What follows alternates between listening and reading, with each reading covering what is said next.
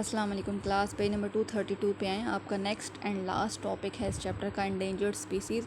अब इस टॉपिक में हम देखेंगे कि इंडेंजर्ड स्पीसीज़ क्या होती हैं, थ्रेटन्ड स्पीसीज़ क्या हैं, और हमारे पास जो एनिमल्स और प्लांट्स की एक्सटिंक्शन हो रही है उसकी वजूहात क्या हैं। फिर इसके बाद हम देखेंगे कि हमारे पास वो कौन सा कंजर्वेशन प्लान होना चाहिए जिसके ज़रिए हम स्पीसीज़ को सेव कर सकते हैं। फिर हम पाकिस्तान में जो स्पीसीज़ एक्सटिंक्ट या इंडेंजर्ड डिक्लेयर की जा चुकी हैं उनकी बात करेंगे। तो सबसे पहले हम देखते हैं कि एक्सटिंक्शन जो है वो प्लांट्स और एनिमल्स की क्यों हो रही है। तो एक्सटिंक्शन एनिमल और प्लांट स्पीसीज़ की होना ये उनकी फेट है। एक्सटिंक्शन का मतलब होता है किसी चीज़ का वजूद ख़त्म हो जाना, ठीक है। ये तो उनकी किस्मत में लिखा है, जब कोई भी चीज़ क्रिएट की गई है डेफिनेटली उसने ख़त्म हो जाना है, ये नेचुरल प्रोसेस है। लेकिन पिछले कुछ सालों से ये जो प्रोसेस है ये बहुत स्पीड अप हो चुका है या बहुत तेज़ हो गया है। इस वजह से हम कह सकते हैं कि वाइल्ड प्लांट्स और एनिमल्स को ख़तरा लाहक हो चुका है पिछले कुछ अरसे में या पिछले कुछ सालों से। और उसकी वजह क्या है? क्योंकि हैबिटेट डिस्ट्रॉय हो गया है। अब हैबिटेट कौन डिस्ट्रॉय कर रहा है? डेफिनेटली ह्यूमन बीइंग्स ही हैबिटेट की डिस्ट्रक्शन करवा रहे हैं अपने बेनिफिट्स के लिए। अब अगर आप ट्रॉपिकल रेन फॉरेस्ट देखें तो ये स्कोराई अर्थ पर सबसे ज़्यादा थ्रेटन्ड एरिया है, ठीक है।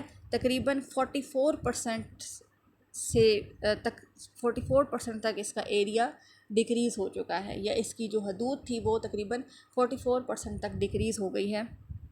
कुछ एरिया जैसे कि एक्वाडोर वगैरह, वहाँ पे फॉरेस्ट कवरेज जो है वो 95% तक रिड्यूस हो चुका है या डिक्रीज़ हो गया है।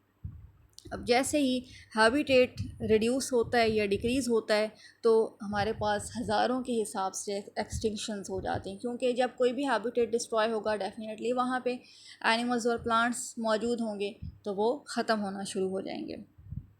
अब कुछ एरियाज़ हैं जैसे कि रेन फॉरेस्ट वगैरह, वहाँ पे तो नंबर ऑफ़ एक्सटिंक्शंस का एस्टिमेट लगाना ही मुमकिन नहीं है, क्योंकि बहुत सी स्पीसीज़ ऐसी हैं जो अभी तक डिस्क्राइब ही नहीं की गई। तो हम उन स्पीसीज़ को भी लूज़ कर रहे हैं जो जिनका अभी हमें पता ही नहीं है, ठीक है। ऑल दो वो एग्जिस्ट करती हैं लेकिन वो अभी हमारे पास उनका डाटा मौजूद नहीं है। तो इस तरह से हम उन रिसोर्सेज़ को भी लूज़ कर रहे हैं जिनके ज़रिए हम बहुत सी फ़ायदेमंद जो अशिया हैं वो हासिल कर सकते हैं, जैसे कि मेडिसिन वगैरह, फूड, टेक्सटाइल्स वगैरह। तो हम उन रिसोर्सेज़ को भी डिस्ट्रॉय कर रहे हैं। इसके अलावा एक्सटिंक्शन की जो और कुछ वजूहत हैं वो कौन सी हैं? Climate change. हम अब क्लाइमेट चेंज भी ह्यूमन बींग्स की वजह से ही हो रहा है ना, क्योंकि हम ट्रीज़ को कट कर रहे हैं, पोल्यूशन को हम इंक्रीज़ कर रहे हैं, तो हमारे पास जो हमारी आबो हवा है वो भी बदल रही है। पोल्यूशन ये भी ह्यूमन बींग्स की वजह से हो रहा है, और फॉरेन स्पीसीज़ की इन्वेजन के बाहर से अगर स्पीसीज़ जो हैं वो यहाँ पे आना रहना शुरू कर देंगी तो डेफिनेटली वो यहाँ जो मौजूद हैं यहाँ पे स्पीसीज़ उनके लिए ख़तरे का बायस हो सकती हैं। अब रेन फॉरेस्ट के अलावा बाकी जो हैबिटेट्स हैं जैसे grassland, marshes, deserts, coral reefs वगैरह, ये भी बहुत थ्रेटन्ड एरियाज़ हैं, इनको भी बहुत ख़तरा लाहक है। अब हम डेफिनेशन देखते हैं कि इंडेंजर्ड स्पीसीज़ होती क्या हैं। अब इंडेंजर्ड स्पीसीज़ वो स्पीसीज़ होती हैं जिनका ये ख़तरा है कि वो बिल्कुल एक्सटिंक्शन के करीब हैं, ठीक है। वो नियर फ्यूचर में वो बिल्कुल ख़त्म हो जाएंगी। जो भी इनकी रेंज है, रेंज का मतलब होता है ना जहाँ पे ये स्पीसीज़ रहती हैं, तो वहाँ पे इनको ये ख़तरा है कि वो ख़त्म हो जाएंगी, एक्सटिंक्ट हो जाएंगी। अब थ्रेटन्ड स्पीसीज़ क्या होती हैं? ये वो स्पीसीज़ हैं कि जिनके बारे में हम कह सकते हैं कि ये नियर फ्यूचर एंडेंजर्ड डिक्लेयर की जाएंगी या की जा सकती हैं, ठीक है।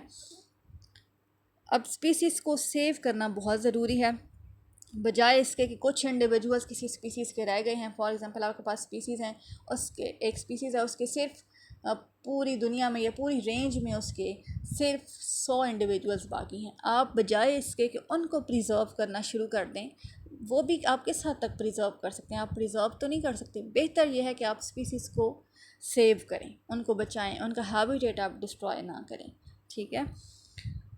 तो जितना हमारे पास स्पीसीज़ सेव होंगी, हमारे पास उतनी ज़्यादा जीन्स की डाइवर्सिटी आएगी। तो इस तरह से जो स्पीसीज़ हैं उनका सर्वाइवल पॉसिबल होगा। जो उनको चेंजिंग एनवायरनमेंट में प्रॉब्लम्स फेस करने पड़ते हैं वो जेनेटिक डाइवर्सिटी की वजह से उसको कोप अप कर सकेंगे। और जो जेनेटिक डाइवर्सिटी है वो तभी आती है जब पॉपुलेशन ज़्यादा होगी। तो हमें स्पीसीज़ को बचाना नहीं है। अब 100 इंडिविजुअल्स को बचा के हम क्या करेंगे? ज़्यादा तो हम उनसे कितने इंडिविजुअल्स प्रोड्यूस कर सकते हैं नेक्स्ट? अगर हम उनका बहुत भी ख्याल रखें तो हम 100-150 से ज़्यादा तो नहीं कर सकते। तो यही वजह है कि बजाय इसके कि हम 100 इंडिविजुअल्स को प्रिजर्व करें, हमारे पास जो हज़ारों के हिसाब से इंडिविजुअल्स हैं, जो स्पीसीज़ किसी भी स्पीसीज़ के अंदर हज़ारों के हिसाब से जो उसके मेंबर्स हैं, हम उनको सेव करें ताकि हमारे पास जेनेटिक डाइवर्सिटी हो, हमारे पास लार्ज पॉपुलेशन हो। जब लार्ज पॉपुलेशन होती है तो जेनेटिक डाइवर्सिटी तभी आती है, और जब जेनेटिक डाइवर्सिटी होगी तो वो स्पीसीज़ अपने एनवायरनमेंट से आसानी से कोप अप कर सकेंगी।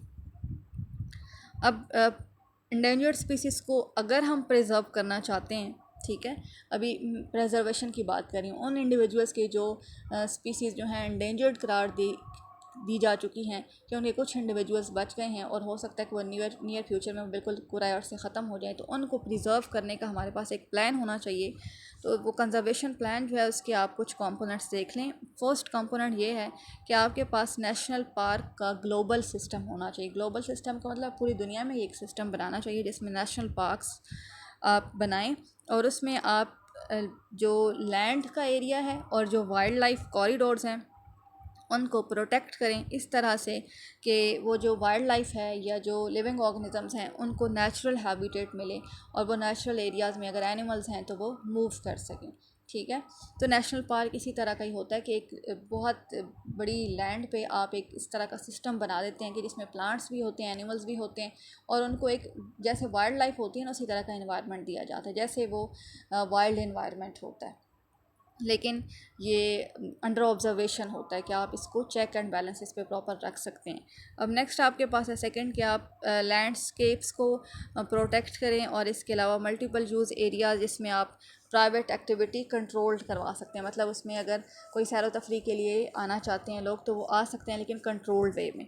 ठीक है, और लेकिन इसके अलावा वहाँ पे वाइल्ड लाइफ हैबिटेट जो है वो बरकरार रहना चाहिए, मतलब वो एरिया नेचुरल लगना चाहिए। अब जैसे आप नेशनल पार्क्स वगैरह में देखेंगे तो वहाँ पे अगर हंटिंग वगैरह करने के लिए ये जो सेकंड पॉइंट है ना उसमें ये बता रहे हैं कि वहाँ पे प्राइवेट एक्टिविटी इस तरह की कि अगर आप हंटिंग वगैरह करना चाहें तो आप कर सकते हैं, लेकिन कंट्रोल वे में। उसके लिए आपको प्रॉपर परमिशन चाहिए होगी और आपको डिक्लेयर किया जाएगा कि आप इतने ऑर्गेनिज्म या इतने इंडिविजुअल्स जो हैं वो हंटिंग उनकी कर सकते हैं।